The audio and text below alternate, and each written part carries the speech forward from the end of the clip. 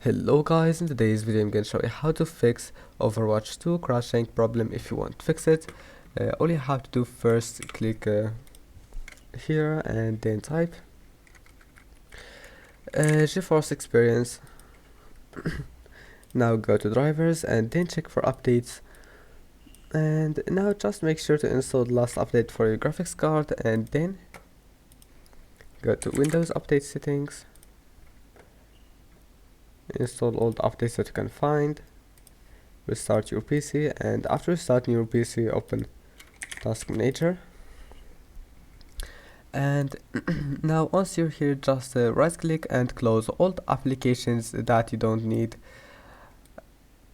applications that you know what they do, like eTorrent and Xbox Game Bar, and that's it. Stuff like that, Spotify, NordVPN as you see here, and that's it. Just close all of them and then try again and your problem must be fixed. Don't forget to like and subscribe, and see you in the next video.